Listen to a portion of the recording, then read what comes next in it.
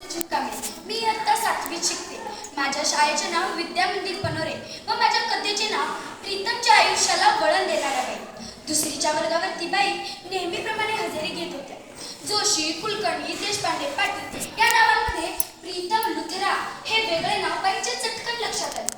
हजर एक किरकोळ मुलगा उठून उभा राहिला. शिडशिडीत अंगकाठी, राया गेलेला युनिफॉर्म, चेहऱ्यावर कसेनुसे भाव असलेला प्रीतम मान खाली घालून हळूच बाईंकडे पाहत होता. बाईंनी त्याच्याकडे पाहत पुढचे नाव उच्चारले. बाई त्या वर्गाला पहिल्यांदा शिकवणार होत्या. थोडे दिवस गेले. बाईंच्या लक्षात आले की प्रीतम हा घुमा, अबोल, कोणाशीही न बोलणारा मुलगा आहे. तो कोणत्याच उपक्रमात भाग घेत नसे. कसा काठावरती पास होतो. वर्गात शिकताना खिडकीबाहेर मोकळ्या आकाशाकडे टक लावून पाहत असे. एकदा त्याच्या निबंधात इतक्या चुका निघाल्या की बाईंनी त्याला थांबवून घेतले व म्हणाल्या, धड मराठी लिहिता येत नाही तुला? तुझ्या आई वडिलांना ताबडतोब भेटायला सांग मला. दिवसांदिवस आशे होत चालला आहेस तू. साधे शब्दही लिहिता येत नाही. प्रीतम घाबरत, अडखळत एक शब्द धीर देऊन बोलल्यासारखा म्हणाला, बाई, माझे बाबा सैन्यात जवान आहे. ते दूर सरहदीवर असतात. 4 वर्षांपूर्वी माझी आई वारली. मी त्यांच्याबरोबर 1 वर्ष बंगालात होतो. त्यापूर्वीही मी पंजाबीत शिकलो. मी याच वर्षी मामाकडे आलो आहे. मला मराठी येत नसल्याने बाकी विषय कळत नाही. तुला आणखीन कोणी नातेवाईक? बाईंचा आवाज उतरला. नाही बाई. मग तुझ्या मामांनाच सांग मला भेटायला. नको नको, माझी तक्रार जर घरी गेली तर मामी मला खूप टाकून बोलते. मग मामा मला मारतो. मी जर नापास झालो तर ते बाबांना सांगून मला बोर्डिंगला पाठवते. तिकडे मुलांना खूप त्रास देतात. बाबांनी विनंती केल्यामुळे मामांनी मला ठेवून घेतलंय. त्याचे हे बोलके डोळे भीतीने भरले होते. बाईंकडे याचना करत होते. आधीच मामीची 3 लहान मुले तिला खूप त्रास देतात. त्यात माझा त्रास नको. कधी शब्दही न बोलणारा प्रीतम वर्गात मुले नसल्याने बडाबडा बोलत होता. त्याच्या या विचित्र आडनावाचा व अबोलेपणाचा खुलासा कळाल्यावर बाईंच्या काळजात धस्स झाले. त्यांनी त्याला चटकन जवळ घेतले. त्यानेही अंग चोरून घेतले. बाईंना समजले 7-8 वर्षाच्या मानाने त्याचा देह खूपच किरकोळ होता. बाई त्याच्या केसावरून हात फिरवत म्हणाल्या, प्रीतम, मला यातले काहीच ठाऊक नव्हते. तू असं कर, उद्यापासून लवकर डबा खा आणि माझ्याकडे ये. मी तुला मराठी शिकवेन.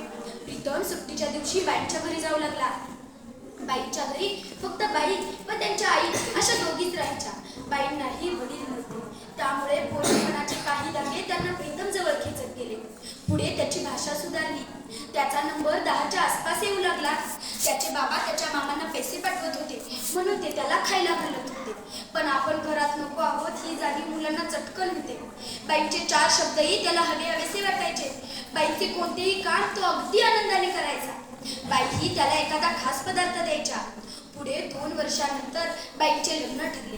सुदैवाने बाई त्याच गावात राहणार होत्या, पण लग्न दुसऱ्या गावी होते. शाळेतील मुलांनी एक समारंभ केला व केळवण घातले. वर्गातला मॉनिटर उठून उभा राहिला. पैसे दिलेल्या मुलांची नावे वाचू लागला.